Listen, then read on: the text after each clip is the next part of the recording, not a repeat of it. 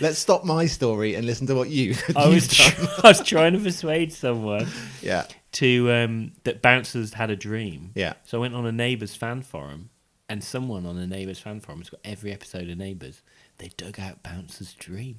Right. And they've put it on the internet. And you can Google it. If you Google Bouncer's dream, it's there. You've added to human knowledge. I was a pioneer. I was the first. I'm sure someone else would have asked eventually. Eventually, yeah. But it's just like discovering, the laws of motion. Someone would have done it eventually. But it still needed so Newton. You're saying I'm like Newton? Pretty much. Science Shed! We're in the Science Shed! Science Shed! We're in the Science Shed! Come on, Steve. Bunsen. Burner. Dolly. Machine. Internal. Combustion. Why do we need Steam. Petri? Dishes. Oscar. Base. Isaac. Newton. Transplanting. Nick, how are you? Yeah, boy. Nick's just had a cup of tea, so he's all relaxed. I'm tired, right? I was just saying to Steve that I have kind of a postprandial slump. I think a lot of people have a postprandial slump. I reckon it's 10 times worse for me than the average person. So walk us through your average afternoon. So you've come back, you've had a bit of lunch, nothing to do. It depends what day it is, because if I'm at work, I've got to do some things, but I do them really poorly between about 2 and 4. We've spoken about that before. Yeah, we have. I can kind of not think straight, so I can't concentrate on papers and stuff. If it's on a Saturday, I was just talking to Maria about that. Maria, my fiance. Fiance now. Congratulations again. Thank you very much. And basically, I like to fall asleep in front of the telly on a Saturday afternoon after about 2 o'clock. Yeah. Usually sort of coincides with the football and sports starting. Have a little nap. And I reckon that I get, even if I have a nap for 10 minutes, I'm like twice as awake. Yeah. Yeah. So you feel like you need a little power nap. Yeah. To get you going again. Well, we've just started podcasting. It's about, actually it's knocking 4, so I'll probably perk up in the next few minutes. But I've got a cup of coffee in my hand. Got a cup of coffee. I don't normally drink coffee, but I thought I needed it prior to the podcast so I can be my normal sparkling self. Exactly. But now that we'll soon have you back. Have you got lots of things to talk about? I've got a few things to talk about. I've got a few interesting nuggets. All right, should we get on with it? Yeah.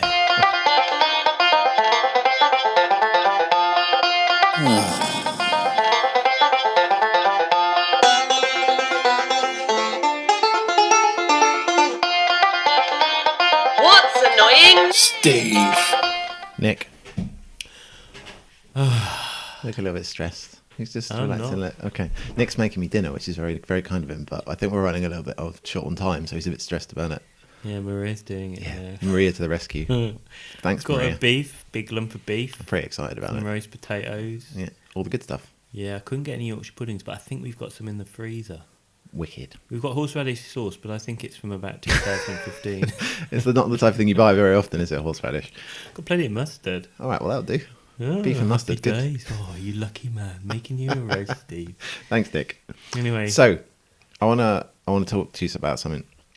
So over Christmas, I was, you have a bit of spare time on your hands, don't you? I thought I'd watch a movie. Right?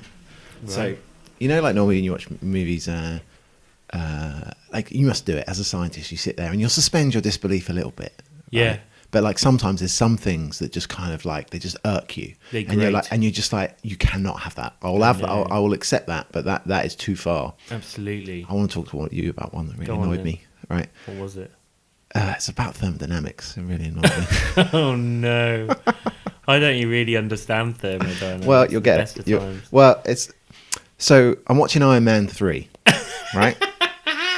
Right. Dude, I don't mean to be like pedantic, but Iron Man 3 is about a billionaire man who designs a flying suit. Yeah, a whole range of you don't know what I'm like. But that's the thing. Iron Man, I'm happy with. Flying suit, I'm happy with. All of that, right? But I don't know if you've seen Iron Man 3. Of course I haven't. Okay, so in Iron Man 3, the baddie is Guy Pearce, right? Oh, really? Yeah. Mike from Neighbours. Mike from Neighbours, the owner of Bouncer the dog. Did you ever see Bouncer's Dream? Yeah, it was amazing. Look, can I just tell you, played that to me. I just want to let you know I'm responsible for that first appearing on the internet. You are, because you put a call out to arms. I went on. All right, you got to tell the story. I was tell trying the to story. persuade Go on, someone. tell the story. Let's stop my story and listen to what you've done. I was trying to persuade someone. Yeah. That Bouncers had a dream. Yeah. So I went on a Neighbours fan forum, and someone on a Neighbours fan forum has got every episode of Neighbours. They dug out Bouncer's dream. right? So and they've put it on the internet, and you can Google it. If you Google bouncer stream, it's there. you've added to human knowledge. I was a pioneer. I was the first. I'm sure someone else would have asked eventually. Eventually, yeah. But it's just like discovering, like the laws of motion. Someone would have done it eventually. But it still needed So Newton. you're saying I'm like Newton? Pretty much. In the world of neighbours. clips from soap operas. Tell me about thermodynamics. Right. So he's so he's the baddie in it, Guy Pearce, right? Pearce, and mate. his like superpower is basically that he's like figured out a way of monkeying around with genes, right? Oh right. Right. And so like CRISPR-Cas. like CRISPR-Cas, exactly. So there's like he can like transform him and all his like henchmen to a point that if they get shot, they kind of regenerate. They kind of glow red hot. I should watch this film because it's like regenerative medicine. Exactly, stuff. you'd love this. And like so, when their arms fall off, it kind of grows back like in real time, and you see it kind of glow red and heat. So anyway, So one of the other things they do is they're actually generating heat, so they use it to kind of melt metal. So there's one bit where there's like one henchman, he like destroys a water tower by heating it up. So he's like transferring this like red hot hand to like heat the metal. Anyway, final battle, Guy Pearce, like shirt off, massively like really red because he's got all this heat in him, right? And he's fighting Iron Man, right? And in doing that, what he does is he's like in the middle of fighting, and I'm suspending my disbelief, but in one bit he like slices through, like waves his hand across Iron Man's suit, right? And there's so much heat in his hand that he like cuts Iron Man's suit in two, just falls off him. Well, right? that would tally with the earlier things you were talking about of him, cutting through metal with the heat of the hand. So I was like, that is not possible, right? So that's what annoyed me, and I started thinking about it, right? So thermodynamics, for anyone who doesn't know, just it means. Why did that annoy you? I'll tell you. I'll tell you. Because do you know the first rule of thermodynamics is don't talk about thermodynamics. That's right, and that is true. So the first rule of thermodynamics is that energy cannot be created or destroyed. Right? So the idea being that the energy is conserved. Yeah. That you can turn from one, but it can just be transferred from one form to another. Yes.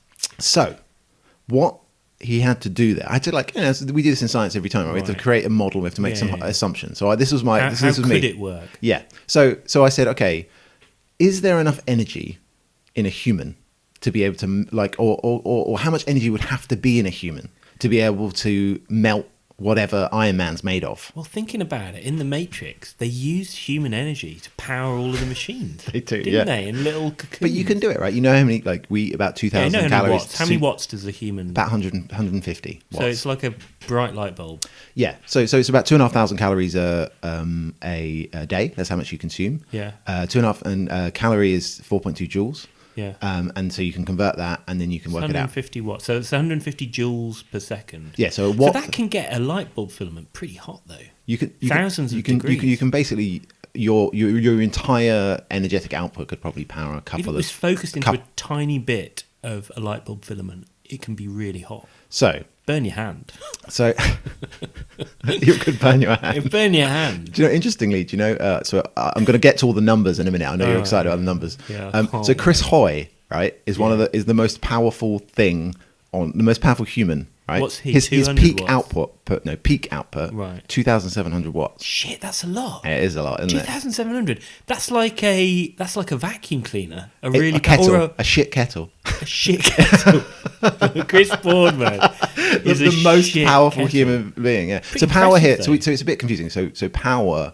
We normally think about it. We use that as a kind of colloquialism, but in science, it has a very literal meaning. Power is kind of energy per unit time. So a watt is 1 joule, which is the unit of energy per second, right? So anyway, I'm thinking. So I got annoyed. Just taking you aside for 1 second, I was always very annoyed in Imperial College, which is an Institute of Science and Technology. On one of the lecture theatre doors, it says, "Please turn the lights off." They use 200 watts per second. Oh, that would annoy me. Right. So. Guy Pearce, right? I'm going to build a model. So I was like, all right, I'm going to build a model back of the envelope. This is the type of thing that scientists do, right? So I'm like, so what's Iron Man's suit made of?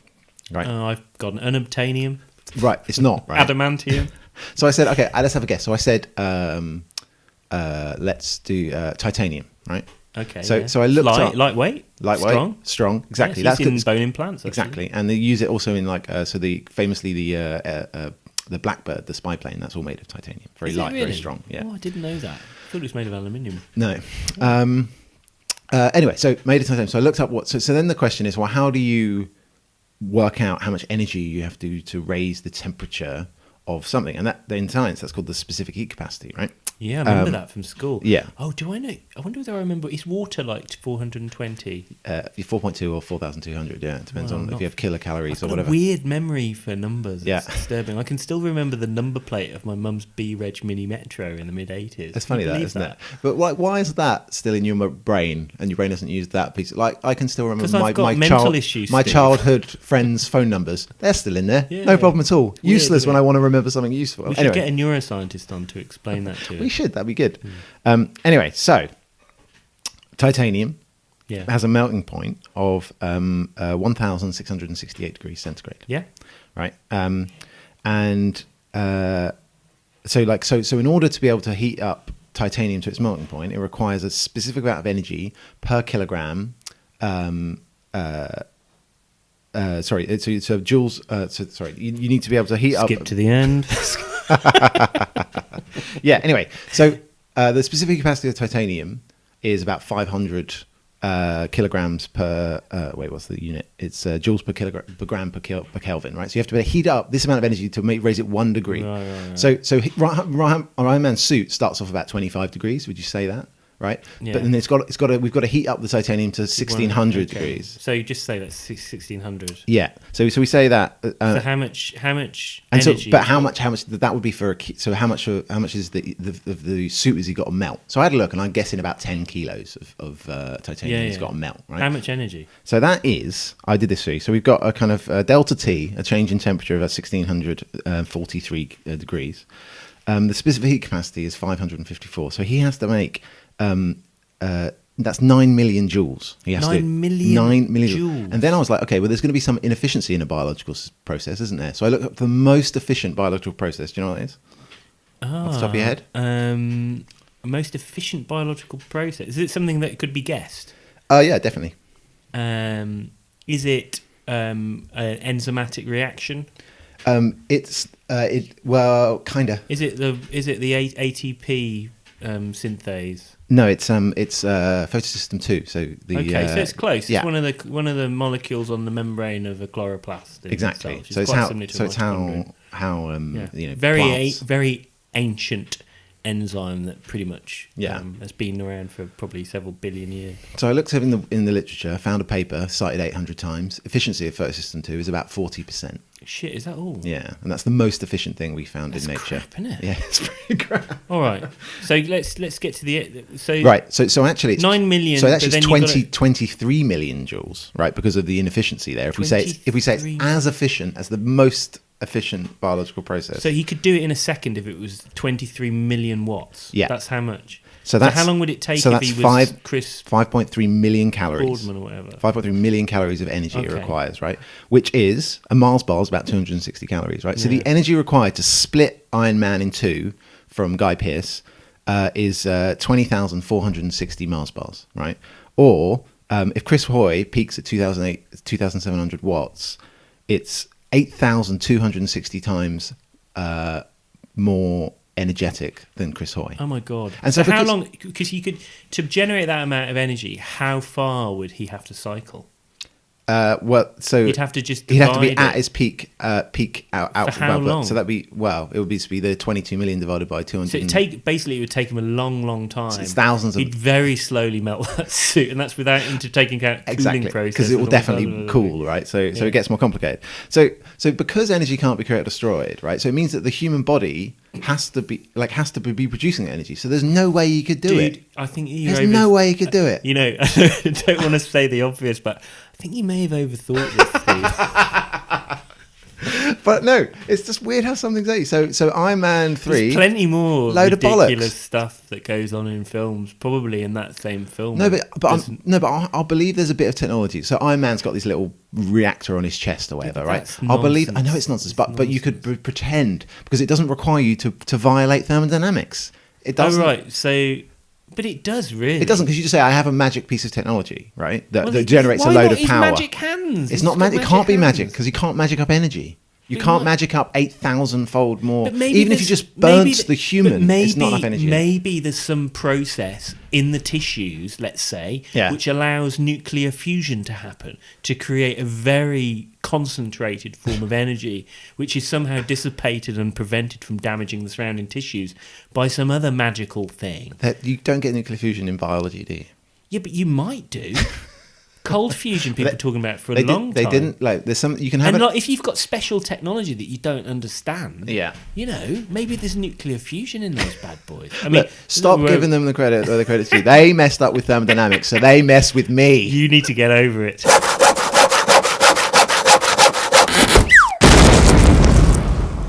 Do you want to hear a funny story, Steve? Yeah, go on then. It's Nick. not really a funny story. It's a tragic story. Is it science related? Yeah, it is. All right. I don't know whether you saw this. It was in Science. Right. It's an article in Science about a student. He's called Gustavo German. Have you Right. come across him? Gustavo. The name sounds familiar, but I can't He's a put. doctoral student in a regenerative medicine lab in Harvard. Right. And basically, Is something this another story about someone being a big cheat, a big liar? it's got that in it. It's, Right, it's okay. a controversial story. Yeah. So he worked in the lab of a chap called Lee Rubin, who's quite a prominent guy in the field of neural stem cells and therapies for brain and things like that. And basically, it starts off. So he's in his flat at 1 a.m. His parents are visiting. Police came to his door with an order to take him for psychiatric evaluation with a Right. view to sectioning him. He's otherwise a totally normal, no mental health issues. Wow. before. Okay. So they take him away on a stretcher to Yeah. the hospital. You know, forcibly. He's got no choice in the matter. Okay. On the orders of Harvard University Wow. to get mentally assessed. There's nothing wrong with him, this dude, basically. So well, wait. Where does that come from? No one. You don't. The Totally the weird. crazies don't turn up at your door and just No. take you away. So there's a long backstory behind it. Uh-huh. So this guy, he's a doctoral student in this guy Lee Rubin's lab, Yeah. and essentially what had happened was there'd been a falling out between him and his supervisor. He's a PhD student, his Yeah. supervisor. That had run on for a long time, and it had culminated a couple of years previously in him accusing the student accusing His the lab boss. head of making up data in a publication in quite a high impact journal. And so this was a public. He'd done. It was an internal university thing, Right, okay. And it was investigated, Which obviously is a big no-no in science. Yeah. Yeah, so the instigation of this researcher. But people take those. I guess what I'm saying is people take those things very seriously, right? Oh, yeah. yeah. Accusations or something Well, like you that. lose your job and your livelihood if you get found guilty. Yeah, I mean, and it's could go to complete- jail. I mean, Yeah. Anyway, so that's what he'd done previously because he obviously had some he felt that it was correct that the guy, this lab head, had done something dodgy. Anyway, that was thrown out. There was Right. nothing in it. So there was no malpractice there. But basically, what ultimately had happened was this guy Rubin, and this was proven by a judge. So this went to court. Rubin obviously didn't like this student after that had happened. Yeah. Nevertheless, he was still working in the lab. So he got other members of the lab to. He had the opinion that this guy was getting more erratic in his behaviour Right. and stopped coming to the lab for a while. And he and some other people had gone to the Harvard kind of internal affairs people and said, "We think he's not well. We think this student has gone a bit, he's losing it." So it's like. So they got his lab boss got these people to go round with the suspicion that he was insane to have him sectioned. Wow. That is a good thing. So like. If This was last year. This is relatively. Oh my god! recently. So basically, if you could just like, it's just a really way of getting out of not doing any work. You can just get your boss sectioned, or vice versa, right? I've thought about it many times. Maybe it'll happen to you with your 7 a.m. interview. Yeah, exactly. 7 a.m. meeting. Sorry.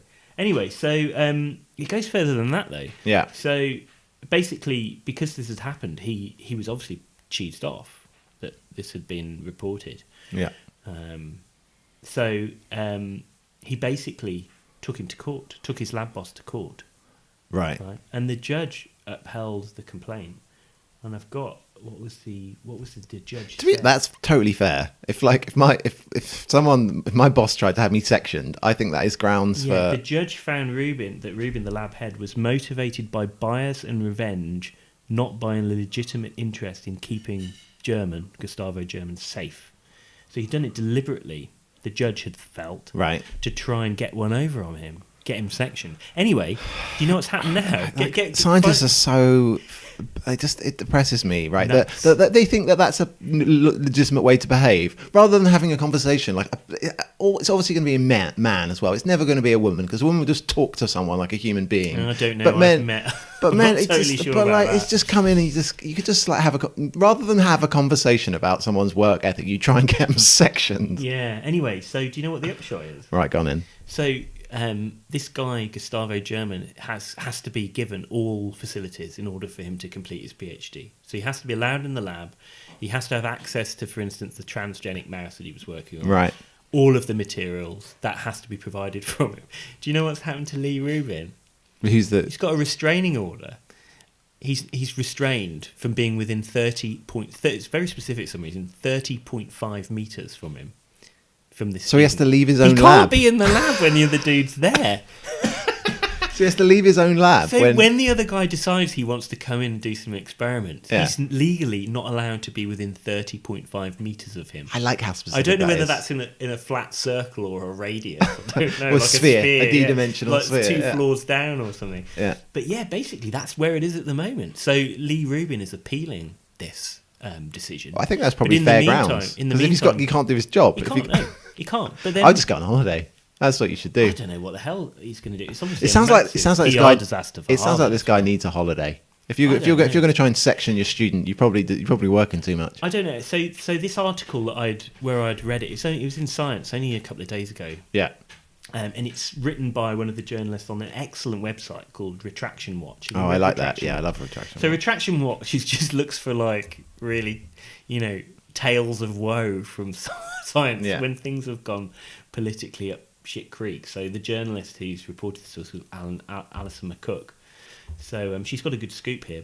It's a great story, and you can look at this I think you can look at it for free on the internet if you just Google Gustavo German. It's a fascinating story, and it rumbles on.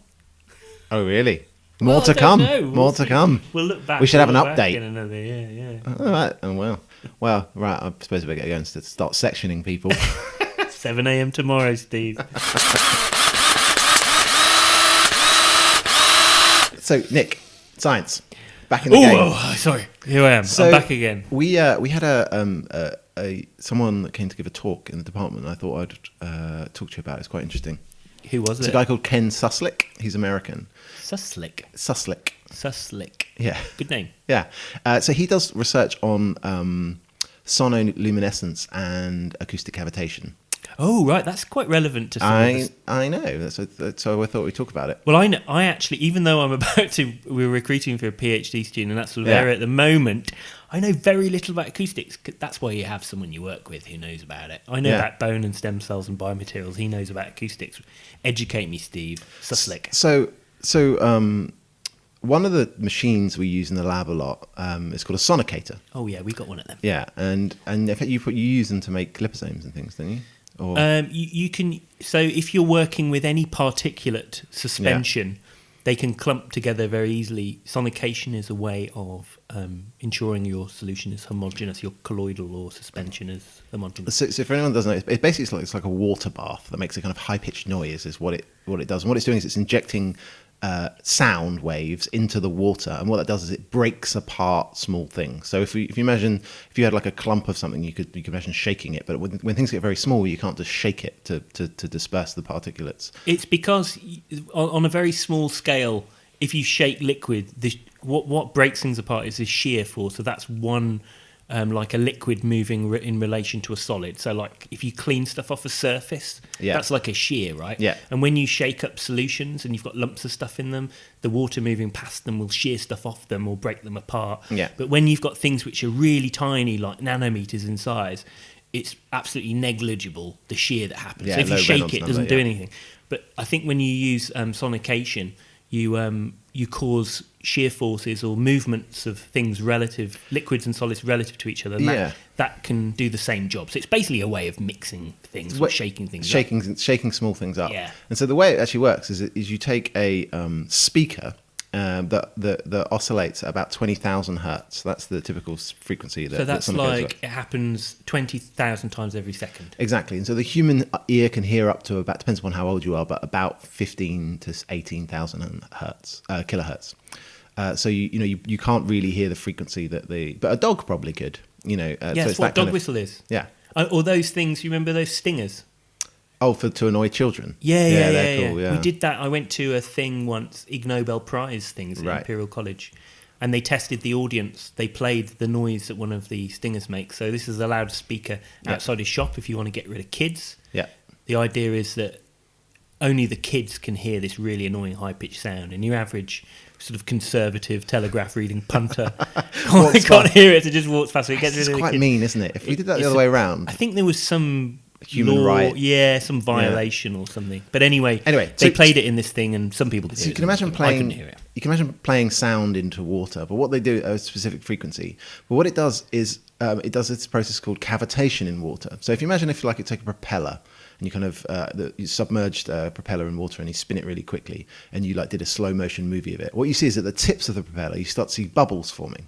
And that's because basically the propeller's moving through the fluid at such a point that it allows that you generate a region of low pressure such that a kind of gas forms, right? And that's exactly what happens in these sonicators. And because you're moving the liquid basically when you vibrate it. Yeah, exactly. You can imagine sloshing a liquid backwards and forwards, just if you're in the bath or something. But imagine moving that faster and faster and faster up to 20,000 times a second. And at that point, what you see is a bubble just spontaneously forms. And what he was doing is these really interesting experiments. Is he was looking at those bubbles, and some of those bubbles have really interesting properties. So one of them is what you can do is you can do spectroscopy on those bubbles. So you can shine light on them and look at where the electrons are and actually what's going on with the water when you play this sound through it. And when you do that, you can actually measure things like the local temperature by looking at the ratio of some of these things. And the temperature so basically what happens is you put sound through water, it forms a bubble, and then very quickly that bubble collapses back, right? The bubble doesn't stay there forever. You just see a tiny little bubble. But in doing so, it makes incredibly hot temperatures, on the order of, it's hotter than the surface of the sun, when they collapse in that very small localized region. Tiny little area. Yeah. And for a very brief amount of time. So for about, and we can measure this, right? So it's about 5 nanoseconds, a typical acoustic cavitation event. So that's 5 billionths of a second that you form this bubble and then it collapses. And in that 5 billionths of a second, it gives out about, roughly, it depends upon the conditions, but about 5,000 Kelvin, right? So it's about 5,000 degrees, which is, hotter than the surface of the sun. And then it cools in that period of time too. So the cooling rate is super, super hot and then super, super cold. It's actually 10 to the 12 kelvins per second. Because there's so little of it. Exactly. It's just a tiny volume. So it's a tiny little bubble that gets dispersed really quickly. But you can actually do these, it's incredible. So you get these so they call them quite often a star in a jar, right? So you can watch all these kind of bubbles forming, and sometimes they give out light because the temperature's so hot. But it's kind of strange to think about, because if you put your hand in a sonicator, it would just be room temperature. Yeah, it wouldn't hurt. Yeah, but what you're doing is in the bubble, you're making these incredibly high forces, incredibly high temperature gradients, and cooling incredibly quickly, much faster than that kind of cooling rate is faster than anything that we'd use in engineering at all. Yeah.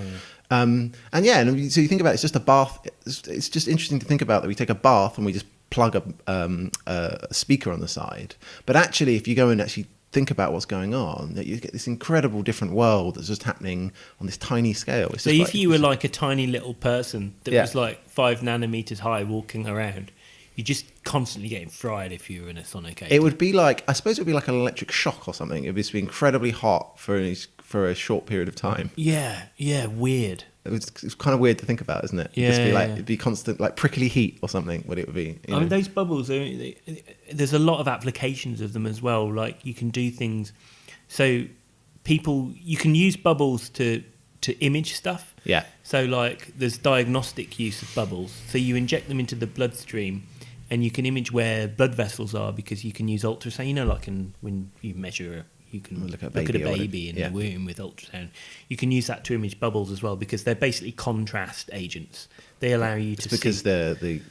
the sound doesn't travel through the air as well as it does through the liquid. Yeah, there's a big difference interfaces. So ultrasound's very good at picking up layers where one type of material turns into another. So if you go from water to air, there's a very big signal you get from it. Right. So you can inject the bubble, and you can see tumours and things like that. Use them for, but people are starting to use them based on what you're just talking about. Yeah. To for one example is killing cancer cells. Right. So the idea there is you use sometimes micro bubbles. Yeah. Other times you can use different types of volatile organic materials, droplets. Yeah. And you can actually make them vaporize. So you can direct ultrasound. Would you call it? To a sort of specific area, and those droplets will suddenly cavitate. Like you said, they suddenly vaporize, turn into a bubble. Gives out a lot of heat. Can give out a lot of heat. So you can do things like to kind of locally heat the cells. You could direct the sound at the cancer. Yeah. You can locally sort of cause that phase transition. It gets very hot, the cancer cells will die or something. Yeah. You can also do things like you can put nasty drugs in them, so you can localize when the bubbles pop. Yeah. They release some nasty drug which will kill the cancer cells at the same time. So, that's really cool. Yeah. So sometimes the people that work on it, they call it star in a jar because they glow and it's exactly. And the temperatures we're reaching are that of the star. Like the fire of Galadriel. Frodo, when all other lights go out, use the fire of Galadriel against Shelob the spider.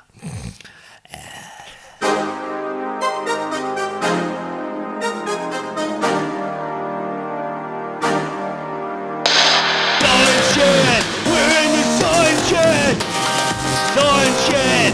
We're in the Science-Shed! Come on, Steve. Bunsen. Burner. Dolly. Machine. Internal. Combustion. Why do we need? Stove. Petri. Dishes. Austin. Space. Isaac. Newton. Transplanting.